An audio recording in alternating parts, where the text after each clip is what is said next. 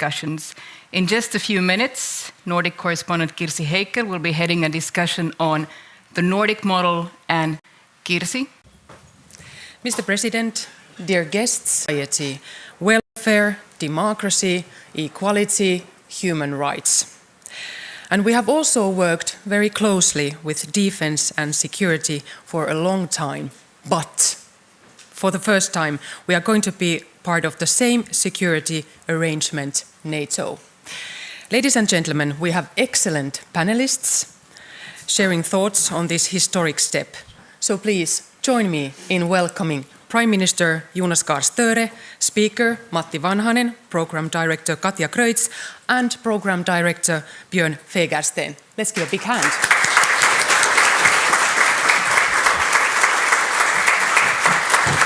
Wonderful.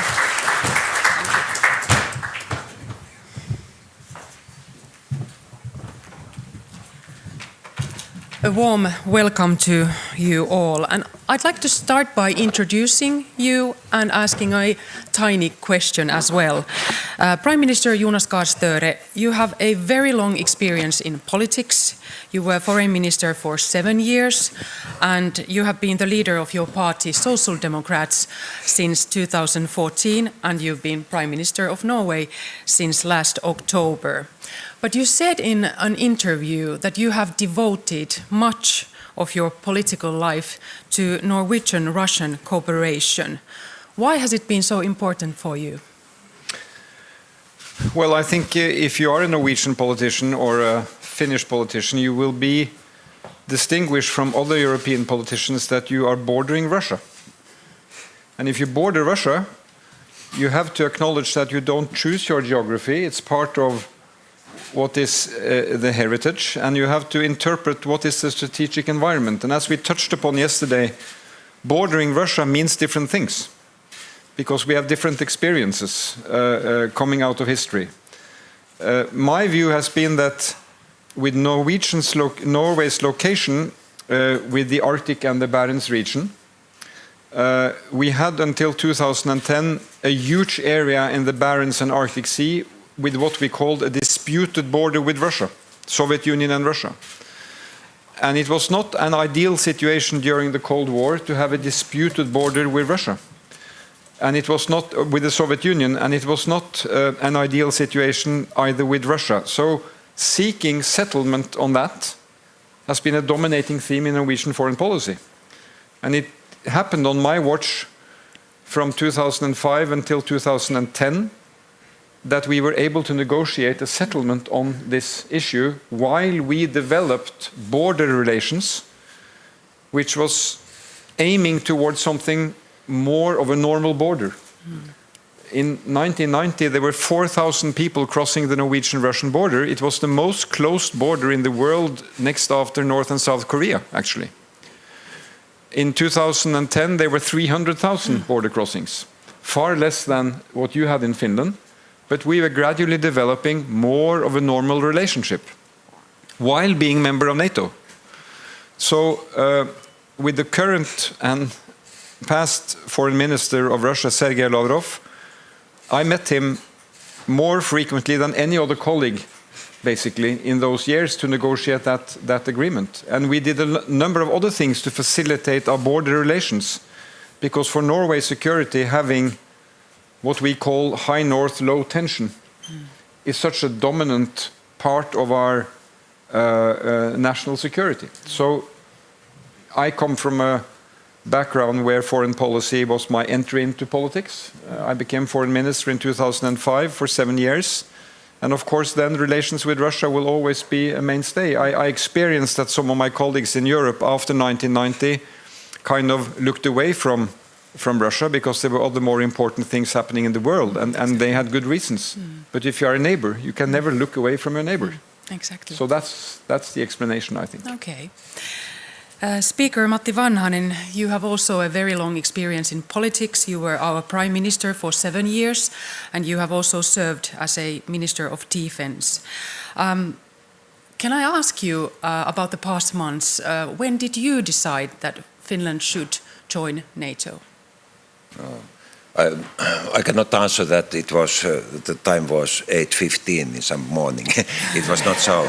It was Defense Minister Peter Hultqvist. Yes. It was so known. Of course, already in December when Russia make their new demands, I think that somehow we had to answer to that. We cannot keep it like they have said, but I did not have any idea what to do. But of course, after the war started, it was clear that it started the road which will go to the NATO. It was at the same time, it was a question of our security, but also about credibility of our old political line, about the so-called NATO option. If not now, when then? So it was the time when in my mind it was clear that now everything will change in our foreign and security policy. Exactly. Program Director Björn Fegersten from the Swedish Institute of International Affairs. Good to have you here as well. You arrived this morning from Stockholm to Turku-Åbo. You've done the very Swedish-Finnish thing and you took the ferry. What has been most interesting for you as a researcher to follow in this Nordic cooperation in the past months? Well, I think, first of all, the speed of change, so many kind of taboos broken in just a few weeks' time, and in general, I think, in European security. Also, the order of things, clearly decisions being made, and then analysis and reports following, hardly keeping the pace.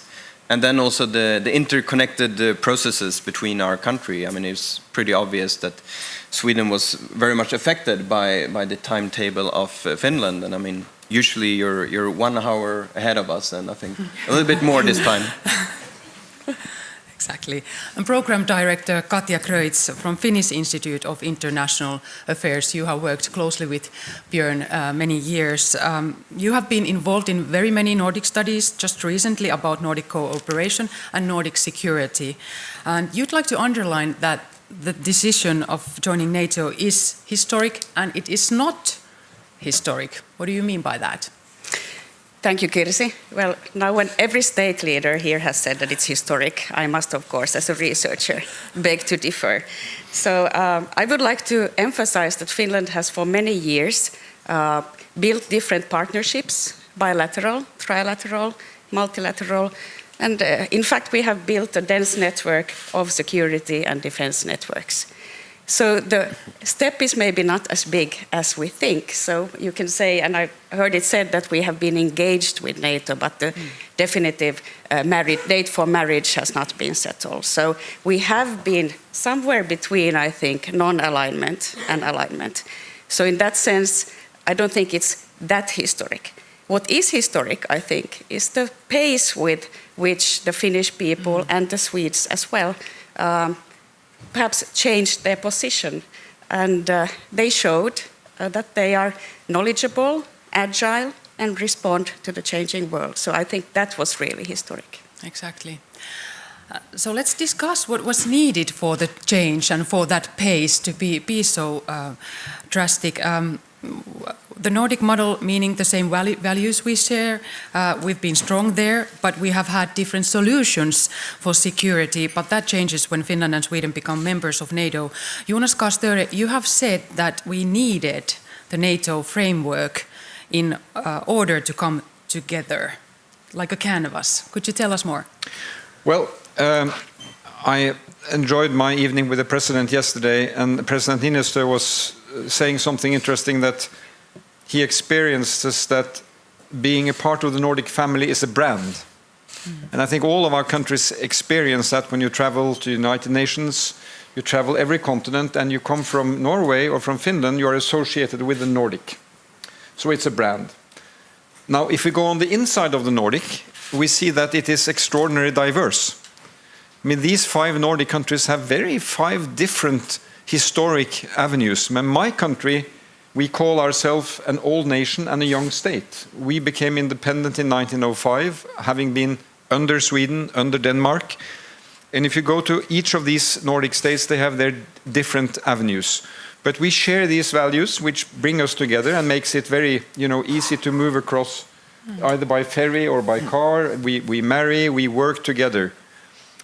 The interesting part, if you study the immediate after war, there was the dream and the vision of having a Nordic home market, a Nordic currency, and a Nordic defense union.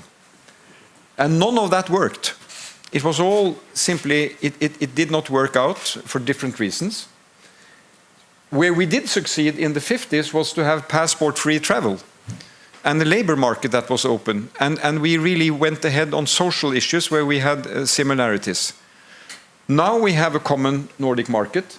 It happens to be European. It is the internal market, either by membership of the EU or by the EEA agreement that Norway is. Now we have the opportunity of having a common currency. Finland has it. It is the euro. It's European. And the security framework has to be Euro-Atlantic. Now it is there. We had this debate in Norway about what happened in 1948 when the Scandinavian defense union broke down. There was agreement of what we could do, but from the Norwegian side, the view was that it had to be anchored in a Western security guarantee with Britain and the US, with the experiences from the war. And for Sweden, that was too much, challenging neutrality.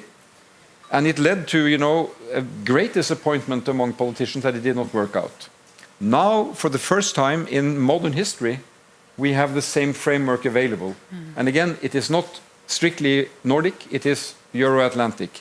The interesting part now, I think, will be, what will the Nordics do if we end up in NATO together? How will we then deepen our defense and security cooperation? And I don't favor there to be a Nordic fraction in NATO, but I think your title here is that we bring certain values into this cooperation in terms of our social model, which has many similarities.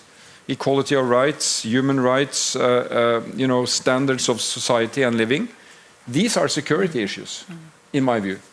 Secondly, we bring a geographic experience. It will be 16% of the NATO territory, and we bring our neighborhood relations, Norway and Finland, with Russia, which I think will be needed in the years to come when other neighbors of Russia have, their historic experiences, and we can bring, our perspectives into that. So I think that for Norway and Finland, there is a lot of very interesting work to be done ahead because we share this border. And with Norway, Sweden and Finland, we have an important work to do to conceptualize what it means to have interoperability in defense terms in the north, from Norway facing the Arctic Sea, and then through Sweden and Finland down to the Baltic. And the 5 Nordics, again, sitting around the table together at NATO, I think we have an opportunity to discuss what that means in terms of values, pace, international cooperation, disarmament, how we develop our capabilities. Exactly. I'll get later to some of these issues you raised, but Björn, I'd like to hear from you also. You said that the Nordic countries have been sort of like a paradox, and now we're becoming more European. Yeah, well, I really agree. I mean, on the one hand, we are similar societies. If we look at this world values research, for example, we find ourselves in the same corner. We have a history of free farmers, societal trust, etc. But when it comes to fundamental policy choices, we've made as different choices as could be made. If we look at how we do security, how we do trade, what we pay with, how we do our European diplomacy, EU membership, you wouldn't find a region in Europe with so different choices among neighbors. And now we are in a process of some sort of convergence, where we, as we heard, we share more platforms. We have less kind of opt-outs and special solutions. And at least from a Swedish perspective, I mean, Sweden has been kept kind of a distance from European continental affairs since the Napoleonic Wars, and hopefully I think now with a NATO membership we will become slightly more European in our mindset. Matti Vanhanen, what do you think our voice should be in NATO? When Prime Minister Störe says that he thinks that it's very important to discuss what we could do together, but what sort of voice with these values and human rights? Yes, first I hope that we will use that voice in NATO someday. Let's see when it happens. Yes. First I agree with Björn that actually there is a paradox. It seems like Nordic area it is one area, but if you think about NATO, EU, common currency, Schengen, we are not so united, even in the cultural ways and in the structures of our society. There are so much similarities.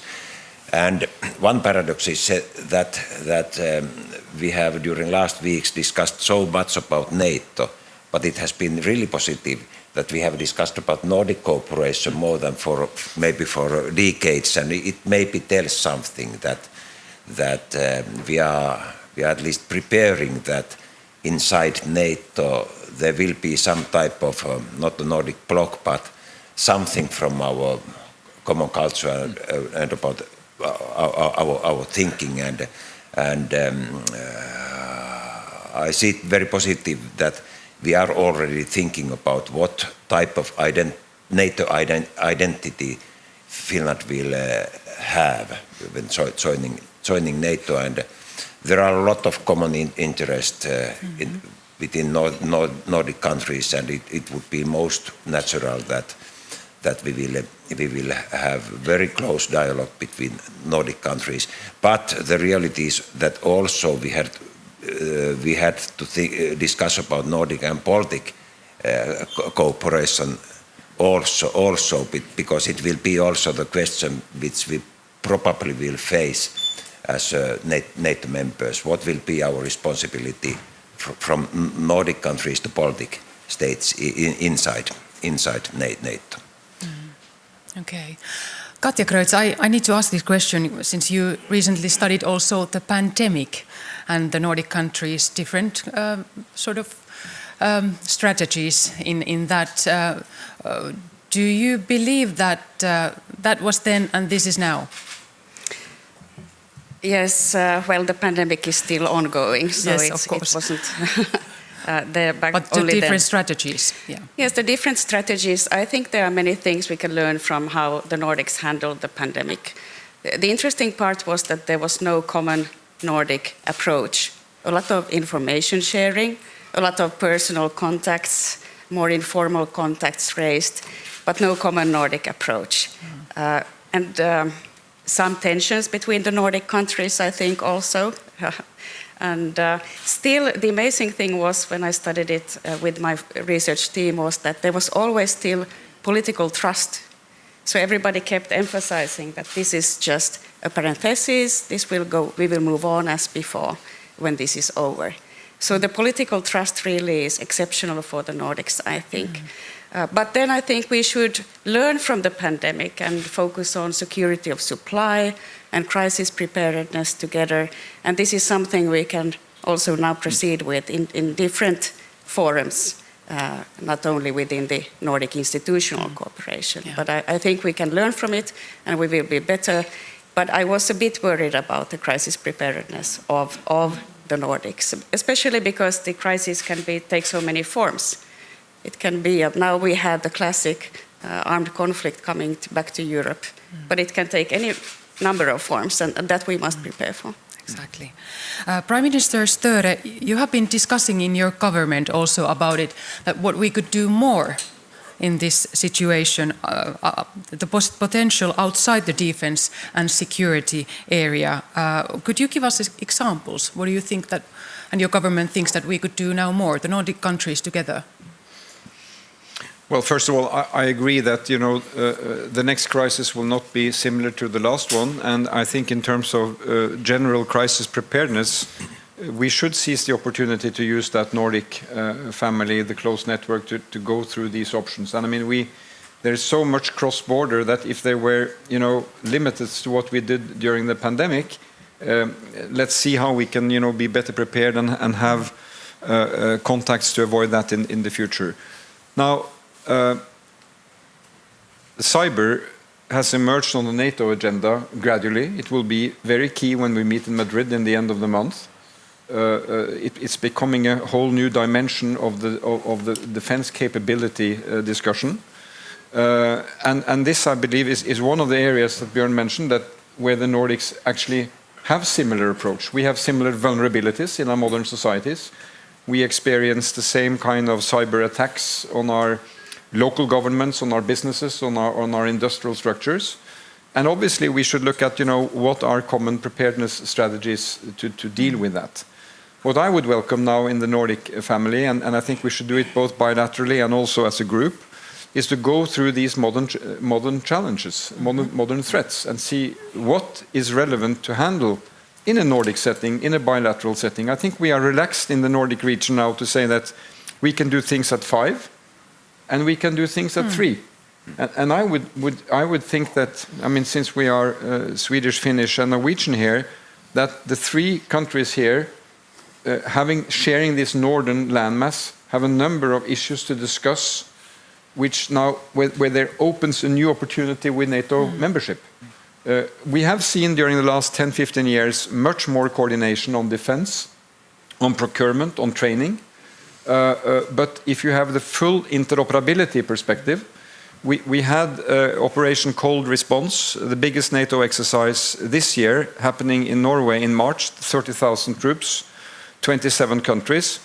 And there, when I visited, I saw how Norwegian, Swedish and Finnish, again, were doing things together. But it was still in the framework of 3 bilateral, 3 countries working together in some kind of improvised setting. If this is being structured in interoperability terms that NATO can provide, we can go deeper. And I think that also involves traditional military issues, but also some of these new modern society threats where we have similar approach. And climate change and green economy. And climate change and green economy, when I've had my bilateral visits to Nordic countries now, we have our own sessions on hydrogen, on the value chain for battery technology, for example. So these are issues of immense industrial dimension, where we also have a voice in Europe. Because one issue coming out of Ukraine and all this strategy is that there is this major push for renewables. Norway made this decision, my government, 3 weeks ago, that we will aim for 30,000 megawatt of offshore wind renewable energy in the next 15 years. That will be needed for Norwegian industry, but it will allow Norway to connect to the North Sea grid, which will develop, which will make a huge source for hydrogen production, for cutting emissions, developing new industry. And of course, what's happening in especially Germany, the biggest economy in the shift, is making this much more urgent. And it touches on security. Exactly. Very directly. Matti Vanhanen, I think Gap of North, Kalotti-alue, would be perhaps, in your opinion, one area where we could do more together? Yes, if you look at the map in the north, in Kalotti area, and we all, 3, Sweden, Norway and Finland, have relatively strong air forces, and we had to control our borders and airspace. I have not discussed with our defense forces or Ministry of Defense, but it would be most natural that in coming years also the controlling of the airspace would be common.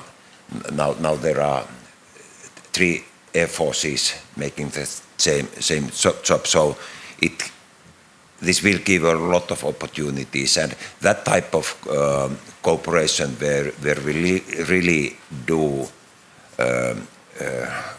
work which is helping also others, it will be such a concrete issue which will, I believe it will integrate our defense forces more and more with each others, and I think it will be the next step because of the NATO membership.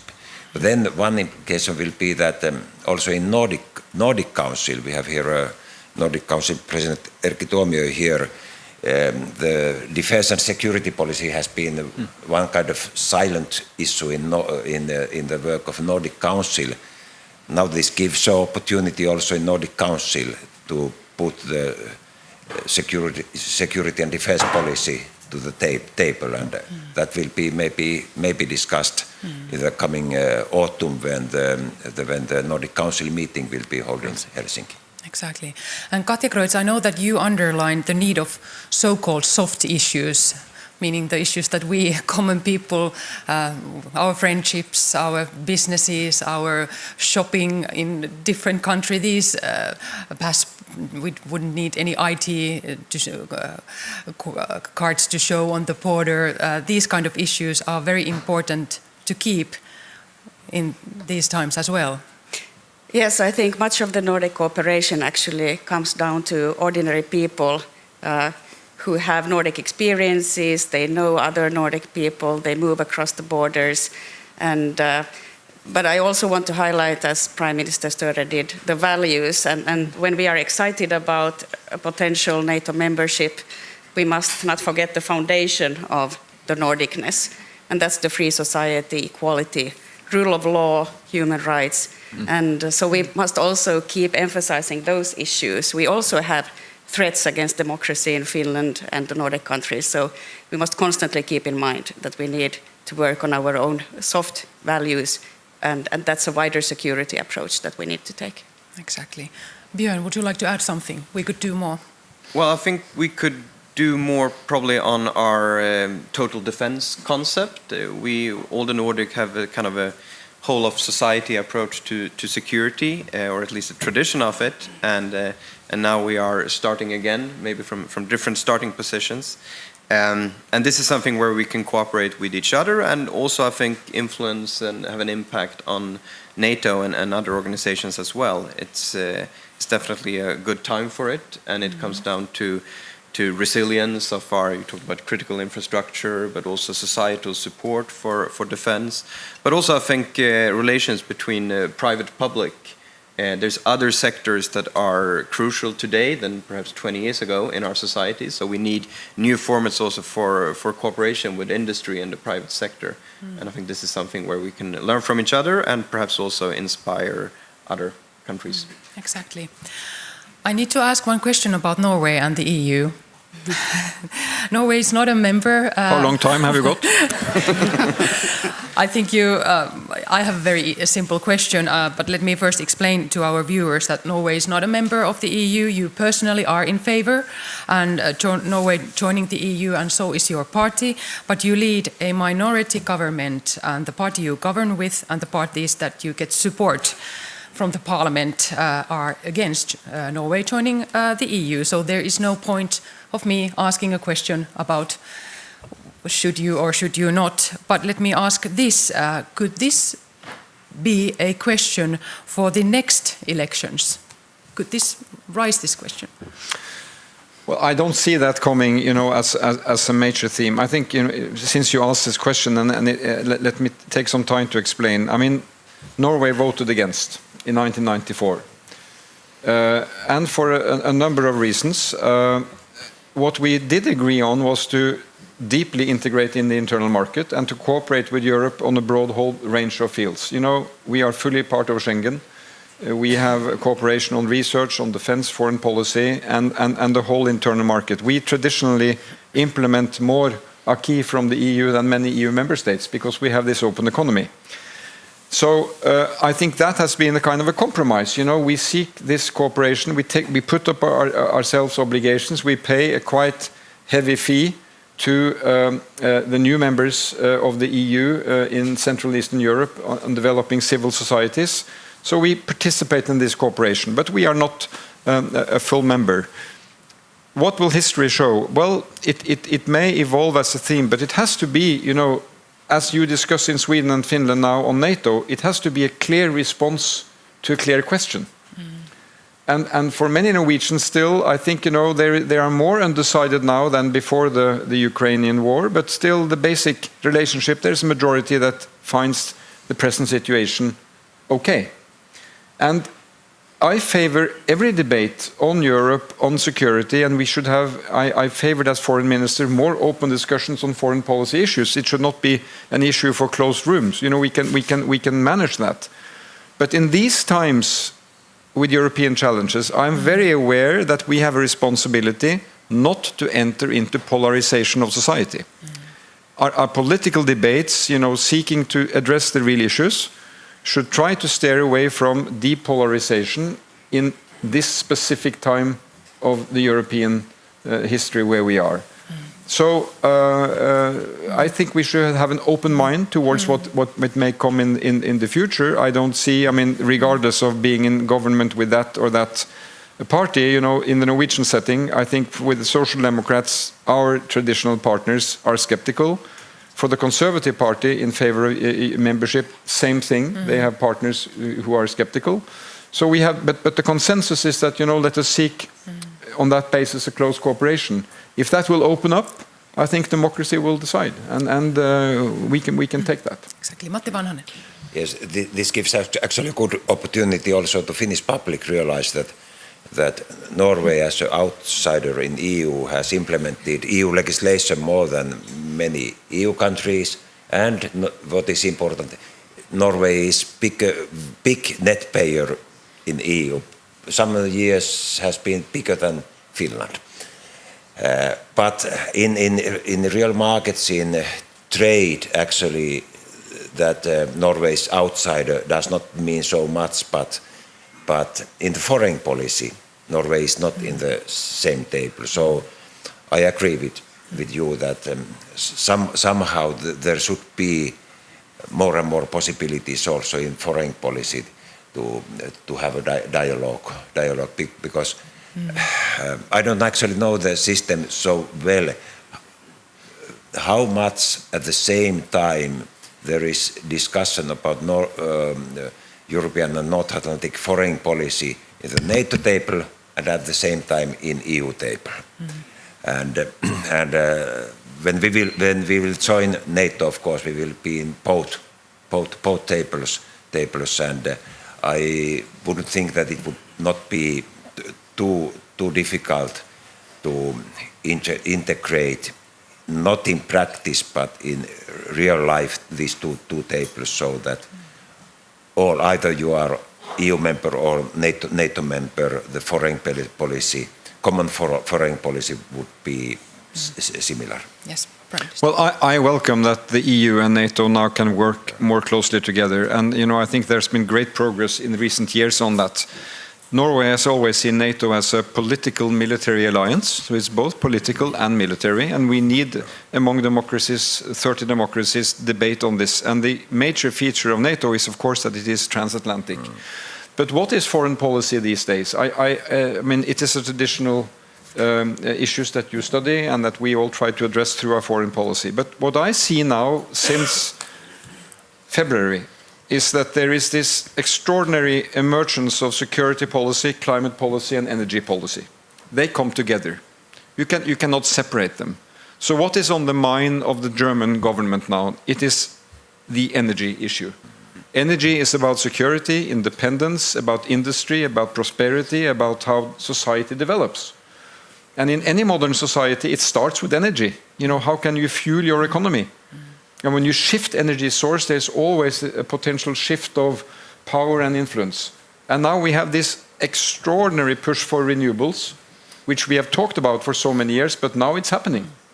You know, earlier last week I was witnessing one of the major plants for offshore floating wind, which are installations of 200-300 meters height, which is being taken out to the Great Seas and will provide. Our plan is that it will provide as much energy as our hydro water potential today in the coming years.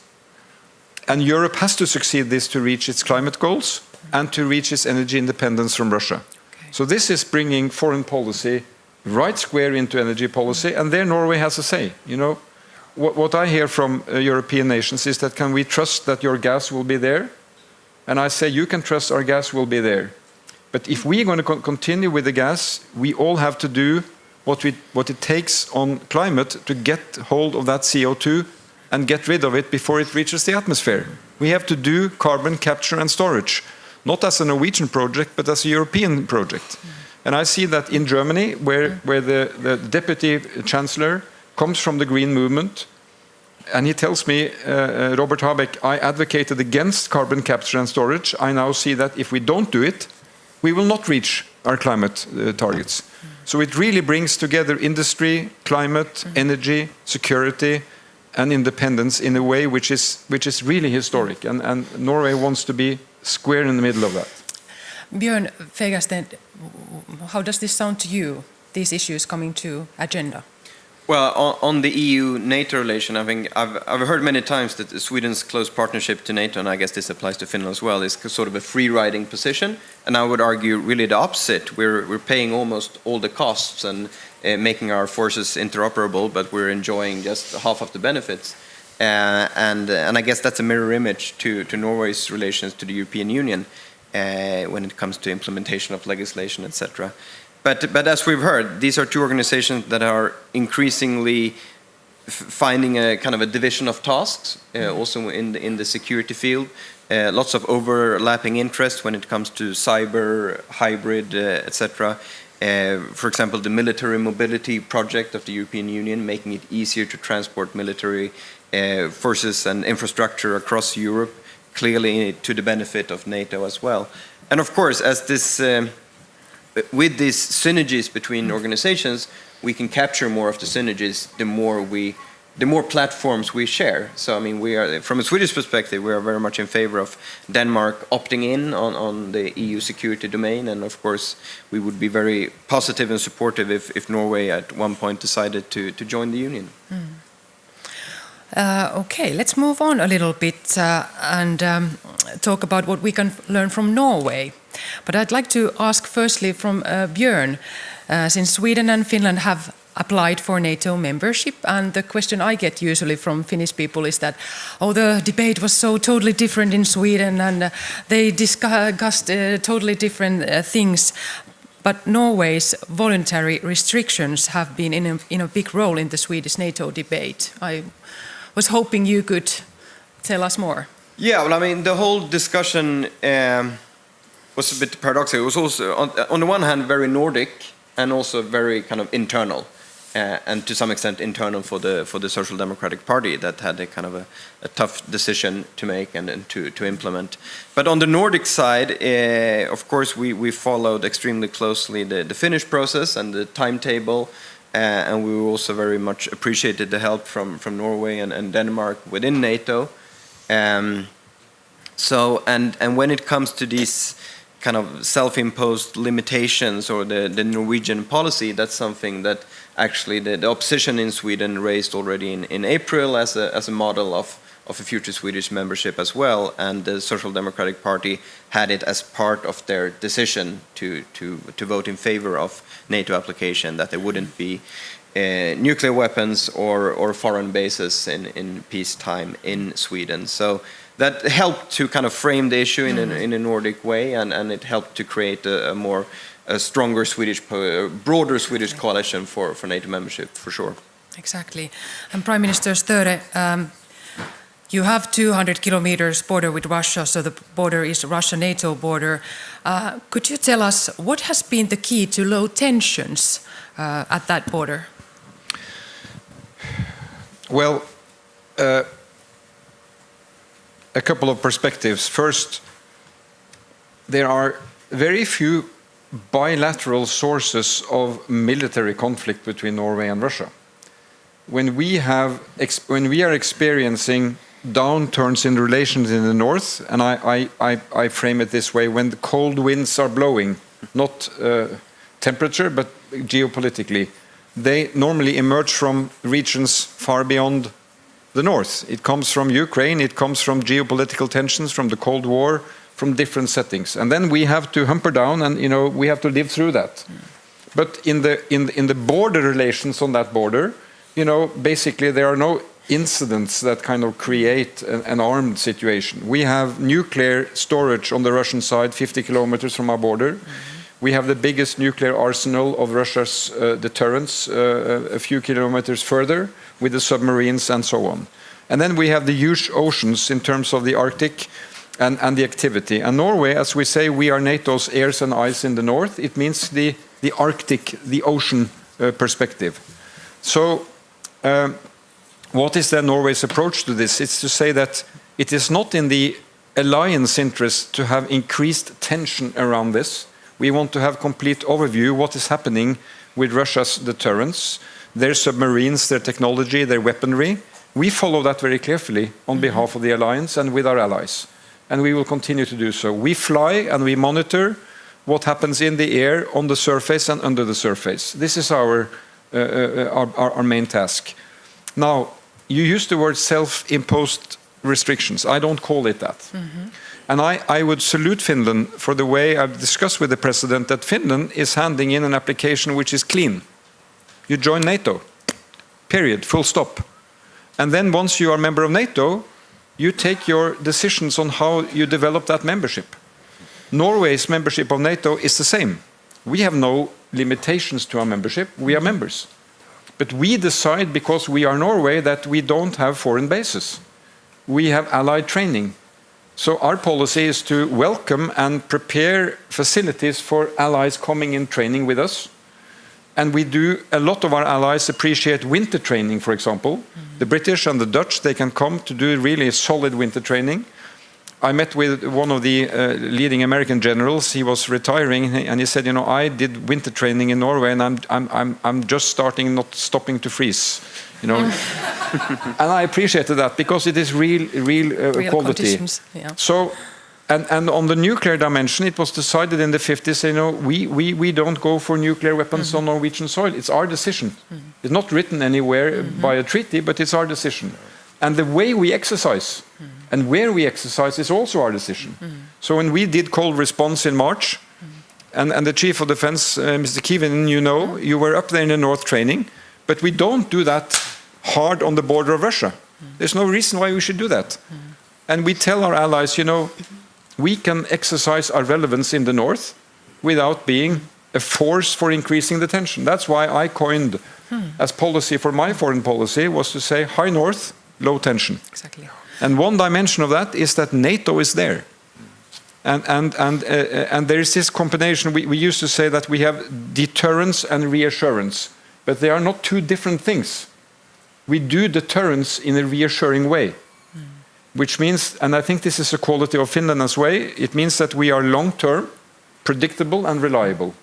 And let me use one example which is strange to you. We do fishery inspections in the Barents Sea, which means that if there are trawlers, be they Norwegian, Spanish or Russian, that fish not according to the rules, they are brought up by the Norwegian Coast Guard. And then you may say, well, if you have a Russian trawler, you should be a bit careful because you can enter into, you know, direct conflict with Russia. Now, the point is that we should make absolutely no difference between the Russian and the Norwegian and the Spanish trawler. Or, you know, where there is Swedish or a Finnish. There are not many, but... and the point here is, again, predictability. And I think that contributes to the low tension, that there are no surprises. There is predictability, and that contributes to low tension. Matti Vanhanen, how does this sound, and what do you think Finland could learn from Norway?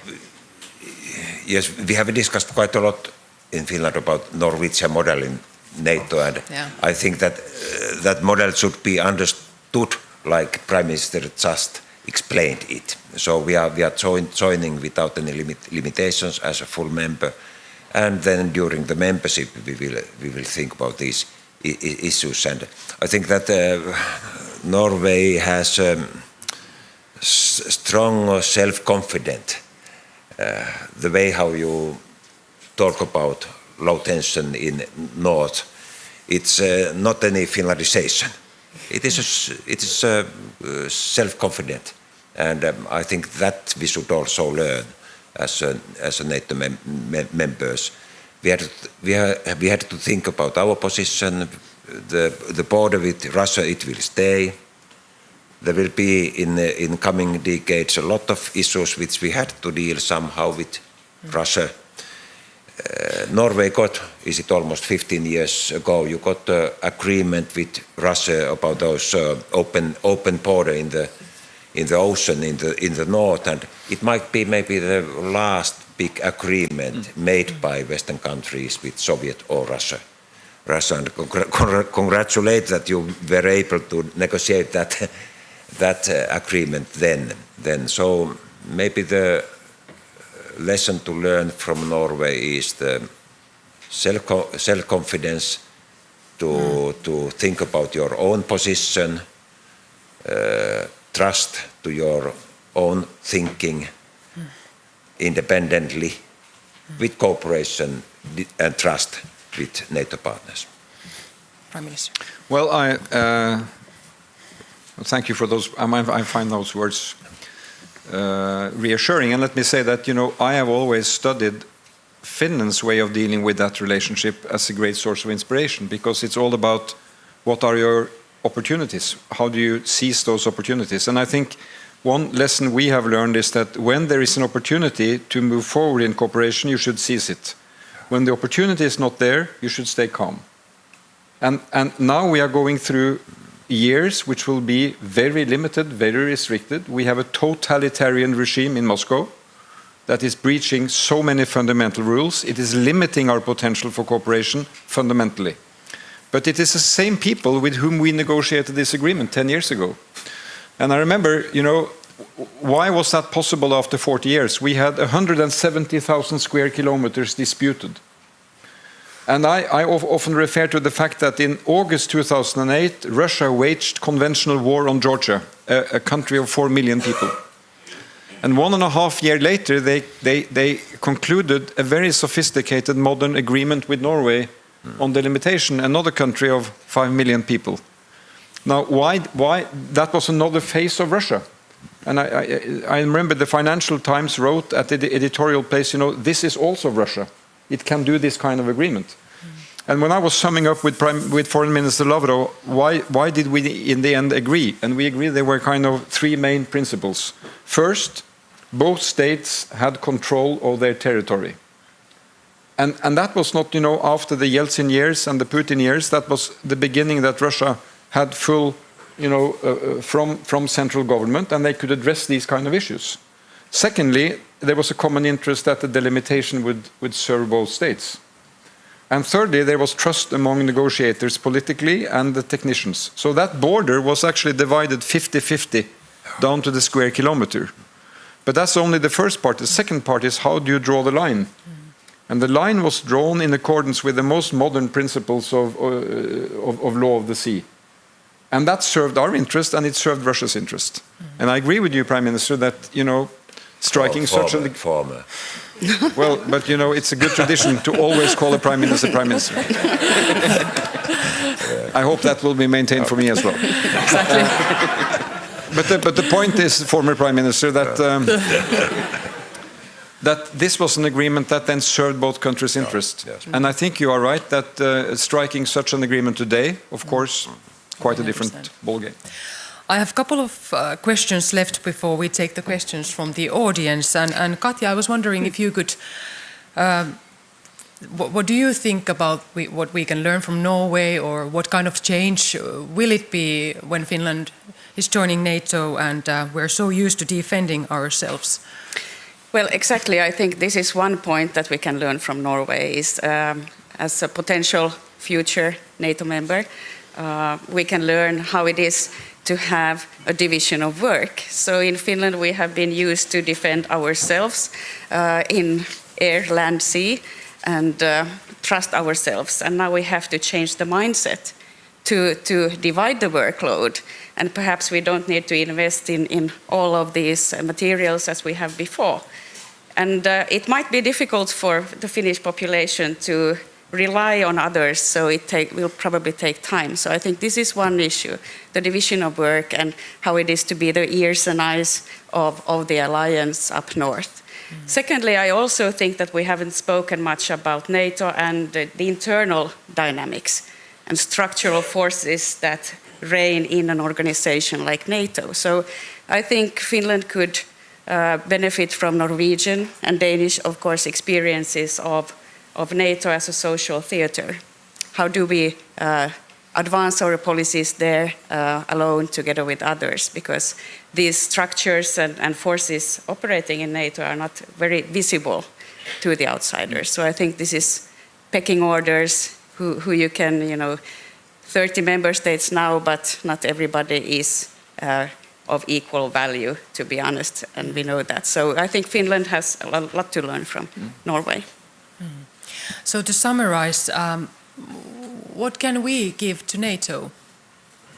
What is it our strength that they will get when Finland and Sweden joining NATO? What would you say, Prime Well, Minister? I mean, I think on two terms.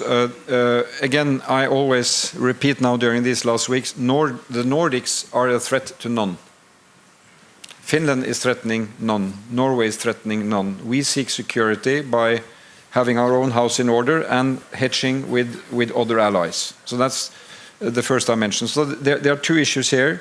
We can do more in terms of interoperability inside NATO, and that will enhance our security. We will be able to think from the Arctic to the Baltic and across the landmass more systematically, and we can do more wise decisions on procurement, on training, on division of labor. I don't think we will have a division of labor that will say, you will take air, you will take land, you will take maritime, but there can be a lot of rationality that can be explored, which I think is one thing. That's one dimension. The other dimension is that again, the land mass will increase by 16%, but the intelligence mass will increase by more, having Sweden and Finland in, because you will bring what you have in your title, a societal model. I mean, what is NATO there to defend? It's not only territory, it's also democracy, the integrity of our societies. And there, I think Sweden and Finland brings enormous strength and maturity and integrity to that work. So if the Nordics can really do their best here, we can be a voice for what we are there to defend.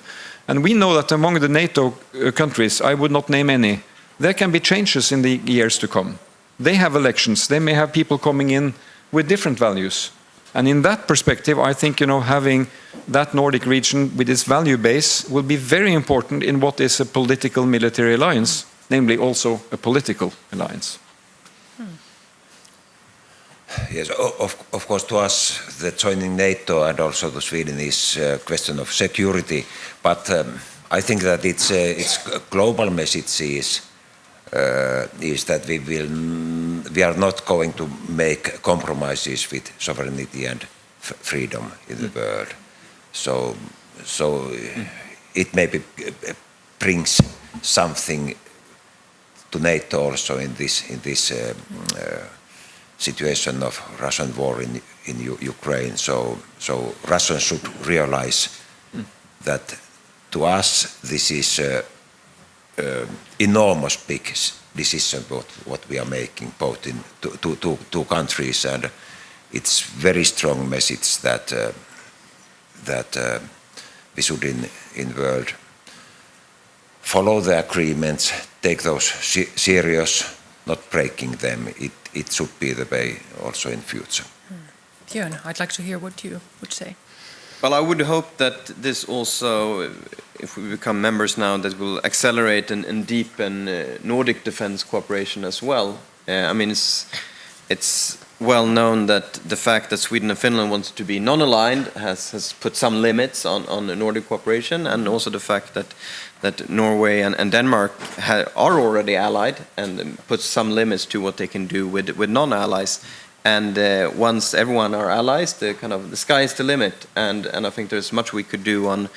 We discuss industrial cooperation. I think that's one area that has kind of underperformed in the NORDEFCO format, but there's also civil issues.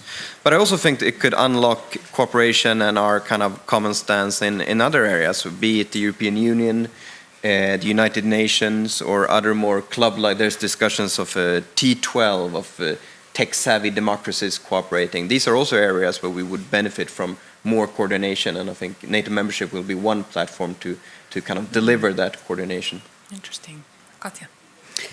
Well, of course, everything that has been said already is probably going to help the Nordics bring into NATO different aspects. I would emphasize also that if Sweden and Finland become members, it will force Russia to reconsider its positions, because the border to NATO will be so much longer. And it will probably take some tensions off from the Baltic area and take them up more to the north. So I think it, of course, strengthens the security from our perspective, but it also forces Russia to act and reconsider its issues. So we know that the Baltic Sea will be then an internal sea basically for the alliance. Kaliningrad will have a different position, the Baltics. And Finland will, of course, have to assume its role as having the long border and that being a frontline border. So it also requires a mentality from us that we need to defend not only ourselves but the whole alliance. And so that will become a tougher issue for Finland, I think. Ladies and gentlemen, now it's your turn. I know that you have, it would be wonderful if you could have a question or a comment for our excellent panelists, and perhaps you could help me and present yourselves. I know many of you, but not all of you, and of course the organization you are from. There's a microphone, and well, I see Annika Saarikko here, our Minister of Finance, and it's my pleasure to give the floor first to you. Thank you, Kirsi, and thank you, all of you panelists. This was very interesting. Nordic model, the similarities and the differences, the paradox, which you mentioned quite many times. A lot of things to ask and have more comments about them, but only few points to take. Of course, my comment goes to the economical side. The welfare state's best friend is a good economical base, and that's part of Nordic model. And about the similarities and the differences are, if I look from the Finland side, we are not in the same level what comes to the rate of employment, rate of birth, rate of death. We have a lot of things to do here in Finland. Even we have get the employment rate a bit better in the last few years. But one very interesting point of view was that you mentioned quite many times the normal citizens, normal people from each country and their opinions, how they reacted after Russians attacked, when Russian has attacked, and what the Finns decided to do, and we made the decision. I'm interested in to hear from Swedish perspective when the decision is made now, but those last few weeks they haven't been easy with the application. What is the atmosphere and feeling in Sweden on these last few weeks? How they have reacted,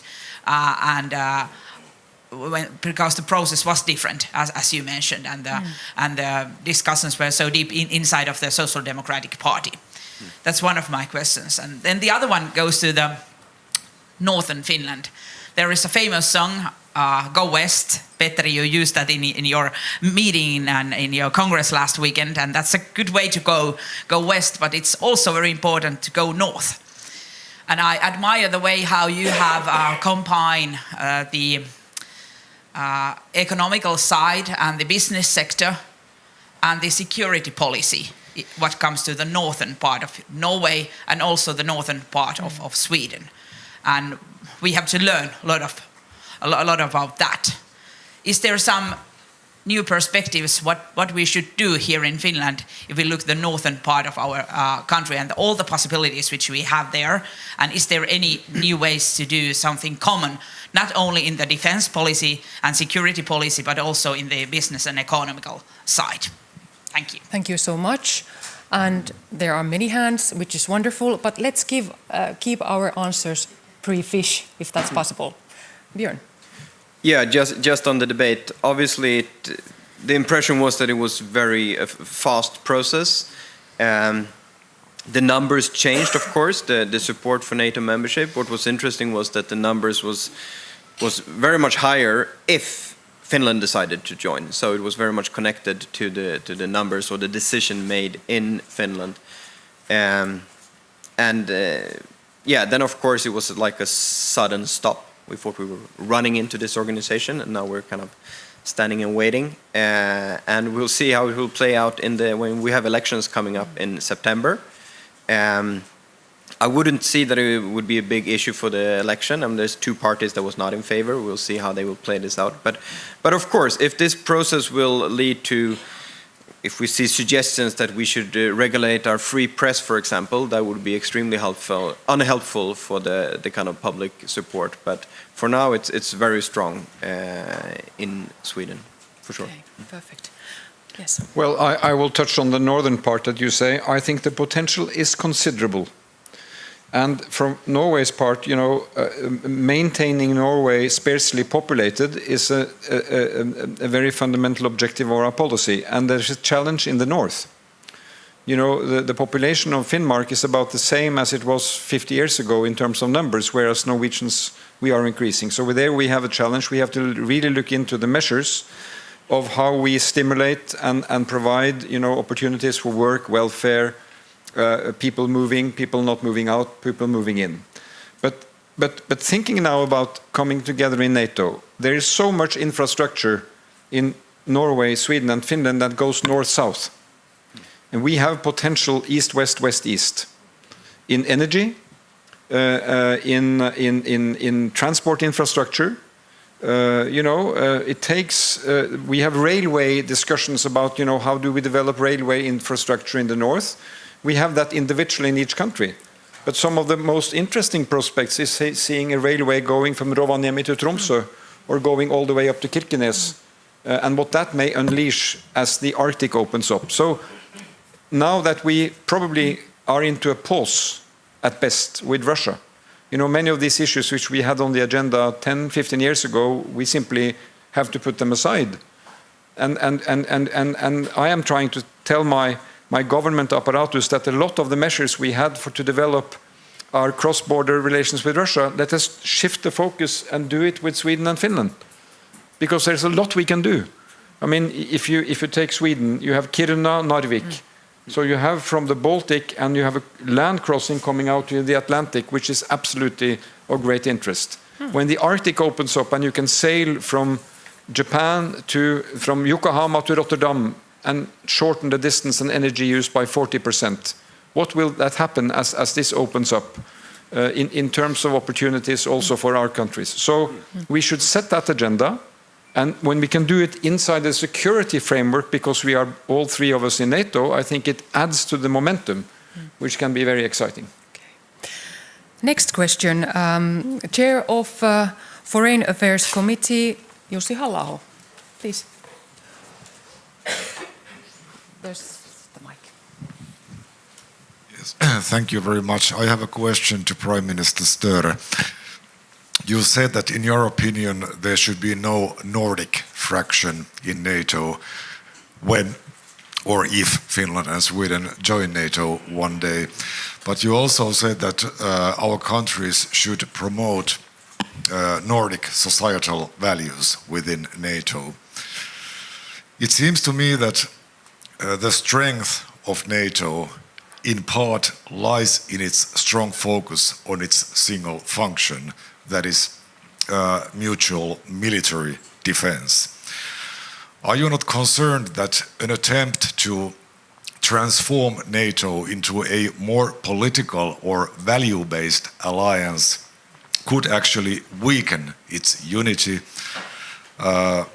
undermine trust between member states with different cultures, political traditions and values, and maybe compromise NATO's ability to carry out its core function, that is military defense? This same question naturally applies to the idea heard from time to time that the European NATO should to some extent merge with a general European integration, such as the European Union. Thank you. Thank you. Well, you know, the difference, of course, between the European Union and NATO is obvious. You are right, it is a military alliance, but it is a military alliance decided on political grounds. And the second dimension is that the purpose of NATO being strong is that it is transatlantic. It is the US security guarantee. Let's be open about that. You know, it really matters and weighs in. And I think Finland and Sweden, being now seasoned in the European Union cooperation during these since the mid-90s, will experience a new reality in terms of what is NATO. I mean, the This transatlantic dimension is the key one. And I think that is absolutely fundamental. So the security guarantee comes very much from that bound across the Atlantic, Canada, the US, and together with the European allies. And when I say that I'm warning against the Nordic fraction, is that I believe if we express ourselves that way, we will create more resistance than necessary. What I am advocating is that we should have close Nordic cooperations on policy and values and how we do things in NATO, and we have a number of procedures of doing that. I mean, we are informal. Just being here is one way of coordinating our views. And then I think, on your point, should we do too much on the political front because are we then diluting the meaning of NATO, which is military? I don't agree. Because I believe that the core of this alliance, and which has made it successful for 70 years, or for, since 1949, is that it is based on democratic values. It's protecting a certain model. Now, during its year, it had Portugal, Greece, Turkey with non-democratic leaderships. That's a challenge. But what we are now doing, and what we are facing in Europe today, is a brutal war by an authoritarian, totalitarian regime against another member state, another European state, not NATO member state. But what we are defending is a certain idea of society, a certain idea of democracy, a certain idea of political values. And we should uphold that. And that's why I believe when it comes to this discussion about Sweden and Finland joining and a certain member state raising questions, well, I think those questions should be addressed. But the key thing of becoming a member of NATO is, do you fulfill the requirements of becoming a member of NATO? And one of those requirements is that you are a democratic state. You have democratic control of your military forces. You don't have dispute with your neighbors. And you have modern military capacity. And Sweden and Finland are first in class of that. But I think that democratic dimension of then becoming member, and we know there are applicants for NATO that have been put on a long hold because they are not fulfilling those criteria. And I think that's the right approach. There's a certain incentive that you have to move in that direction to become with an open door policy to become a member. Okay. Minister Ville Skinnari, Minister for Development, Cooperation and Foreign Trade, your question. And we have a few minutes only left, so please. Thank you so much. And some years ago with the Swedish Prime Minister Stefan Löfven, we spoke with Nordic countries. It's like an apartment with 5 different rooms and 1 kitchen. And of course now, listening to you and the whole Nordic commitment as far as NATO and everything, it's a time to build up the real house with the concrete and everything in place. My question goes to the comprehensive security. We see that our resilience in Finland is pretty good. But how should we define Nordics as far as comprehensive security? You mentioned energy. I would add food sector. I would add economics, as President stated yesterday. We need to be strong as far as the Nordics. But how should we build it up with Norway, with Sweden, with Denmark, and also seeing Copenhagen is more and more keen to be a Nordic player as well? I think we pretty much know what to do, but how we do it as far as Nordics, comprehensive security, including NATO, and how we provide security as far as the globe, as far as the region. Thank you. Thank you. Well, I think that Mativan said that, we have different backgrounds, so these apartments are different. We have a kitchen. Now we need a sauna in the Nordic to heat up our discussions.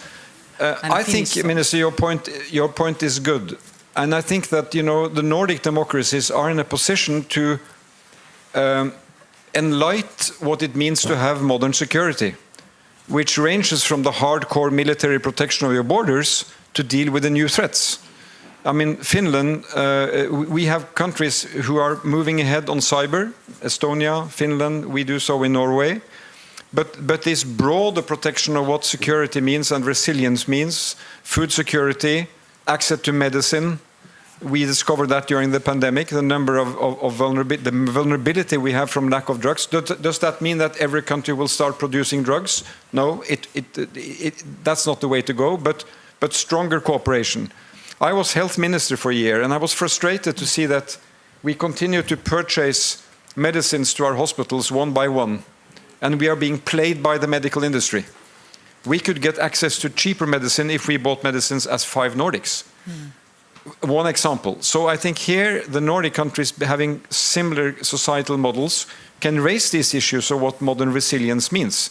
We are appointing 2 commissions to study modern challenges for Norway now. One is a defense commission, which now will have, of course, a complete new dimension to this because of Ukraine and because Sweden and Finland joining NATO.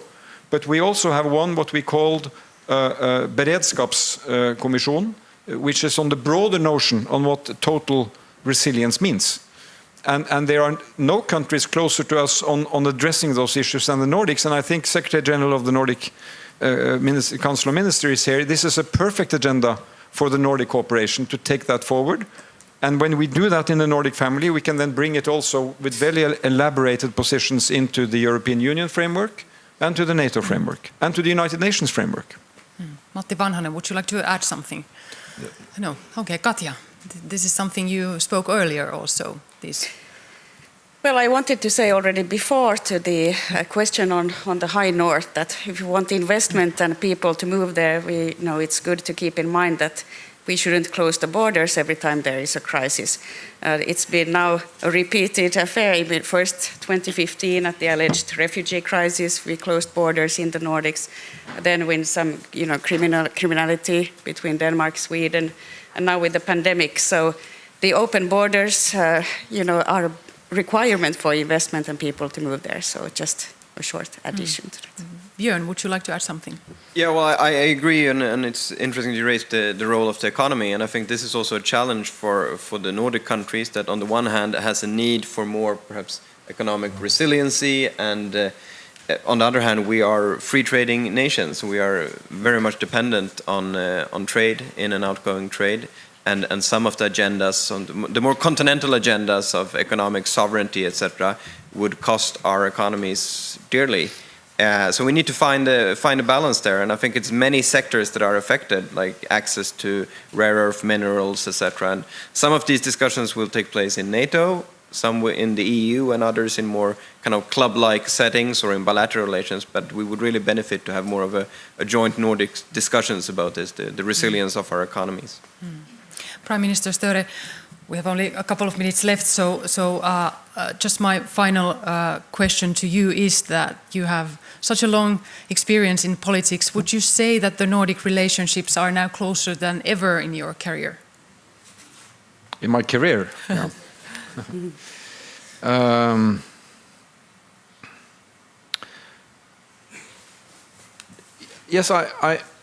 Yes and no. I think in terms of, if you look at the integration parameters, it has never been closer because we are more interconnected as I see the world develops day by day, year by year. You know, the integration in terms of the new challenges from climate change, from cross-border crime, from cyber, all these issues just, highlights that more and more. Mm-hmm.